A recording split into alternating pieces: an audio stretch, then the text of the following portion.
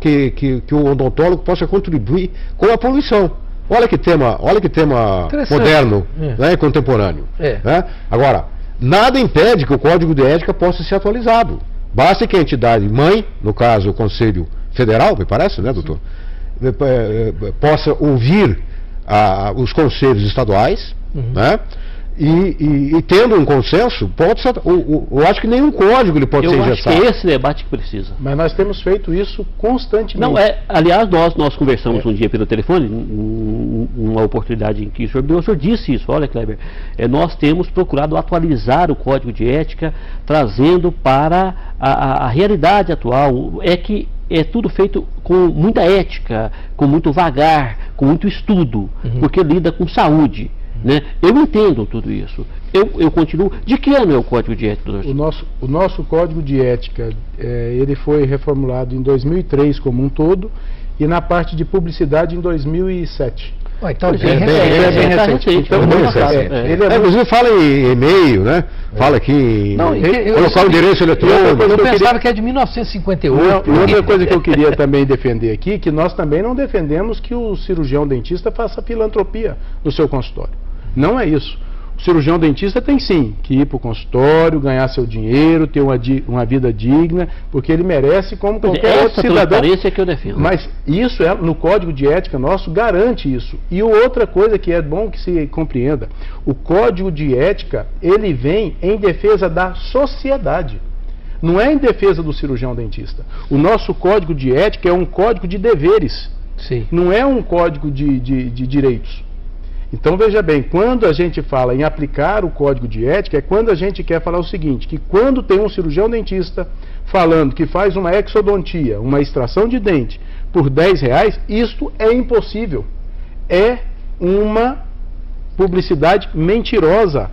Não tem condições de fazer. E é isso que tem no mercado. E outra coisa que é a experiência que nós temos hoje dentro do Conselho, com as denúncias do Ética contra os profissionais, é que normalmente todas essas clínicas que fazem essa publicidade agressiva, aonde fala que uma extração custa R$5, aonde uma dentadura, né, uma prótese total custa R$20, economicamente isso é impossível.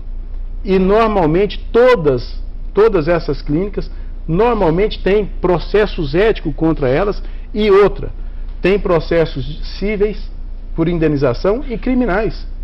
Então, quer dizer, o que a gente está fazendo com o Código de Ética é defender a sociedade e não o cirurgião dentista. Tem um dado importante, tem um companheiro nosso de Porto Alegre, o Paulo Ratinex, esteve aqui conosco no último fórum em 2004, promovido pelo Sindicato das Agências de Propaganda.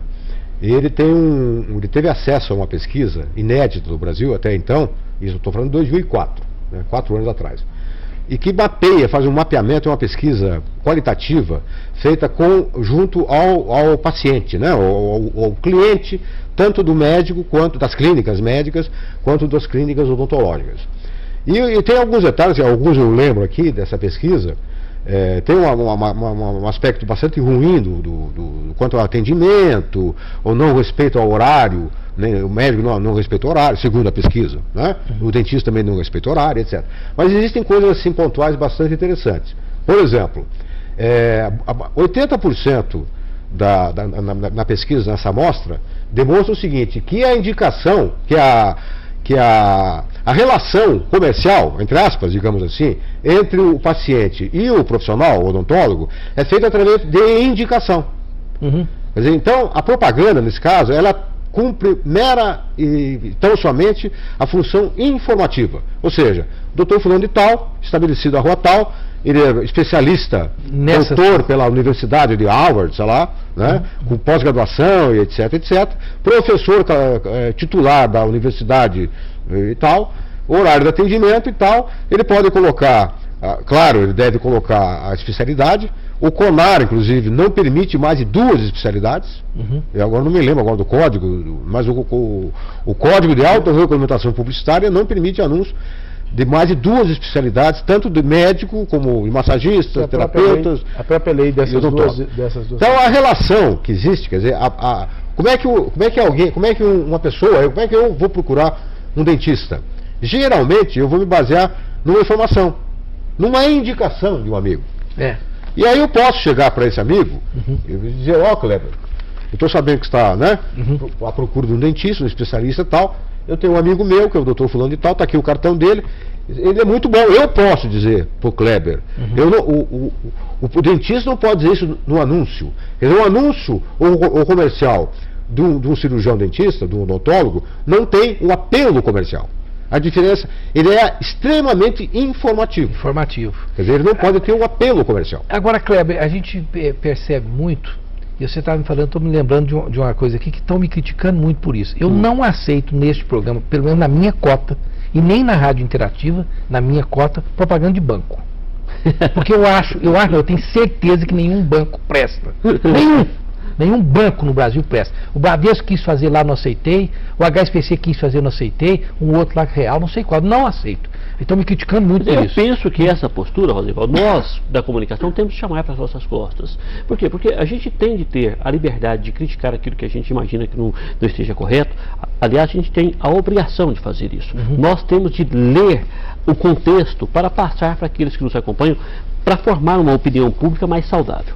Então, essa postura sua é uma postura absolutamente correta, ética, na acepção do termo, porque se você não avalia aquele produto, se você não avaliza aquele produto, como você vai anunciar ou como você vai aceitar o anúncio? Né? É mentiroso, no mínimo isso é desonesto. Né? Carrega na honestidade agora, você sabe, porque carrega na pele, que essa postura para o profissional não é fácil de ser assumida e nem carregada. Não, nem carregada. Tanto que os proprietários dos veículos caem matando em cima da gente, brigam com a gente, é um problema seríssimo isso aí. Agora, uma coisa que eu queria perguntar, doutor Anselmo Calixto, e essas propagandas, por exemplo, que tem muito aí, que tem um ator fazendo, às vezes, de um odontólogo ou de um médico. Nós temos muito. Principalmente eu não me lembro da Colina, agora nem tem a Colina, mas Colgate, 12 horas. Sorriso, né? Eu recomendo e tal. Aí, embaixo está até assim, né? Os odontólogos recomendam, e aí está uma figura vestida do odontólogo fazendo o papel de odontólogo. É certo isso? Pode. Não é o correto, né? E isso hoje tem se agravado, que alguns cirurgiões dentistas ainda se prestam para fazer esse trabalho. Quer dizer, ele é cirurgião mesmo? Alguns são cirurgiões mesmos, indicando produtos, né, que estão aí no mercado há muitos anos, né? E infelizmente tem as pessoas que fazem esse papel. O que a gente assim lamenta é que, infelizmente, as leis no Brasil, elas para serem cumpridas, são muito penosos, né, os trâmites que a gente tem que fazer. Então, o Conselho, ele tem procurado parcerias, né, e agora a gente estava com conhecimento do CONAR, né, do Conselho Nacional de Autorregulamentação da Publicidade, né, que é mais um instrumento que nós vamos utilizar no sentido de sensibilizar tanto as empresas que fazem publicidade, quanto as que veiculam essas publicidades, no sentido de ajudar a nossa sociedade a ter um entendimento melhor da propaganda. Eu vou voltar àquela questão do remédio e do veneno, porque se o odontólogo ele tem consciência que aquele produto que ele está anunciando é um produto bom, qual é o prejuízo que tem para ele enquanto profissional, se ele está avalizando uma coisa, como o Rosenval disse, da postura dele, nós conhecemos, sabemos que a postura do Rosenval é essa mesma, né, de não anunciar nada daquilo que ele não consome ou não avaliza. Mas digamos que o senhor conheça uma escova de dente que o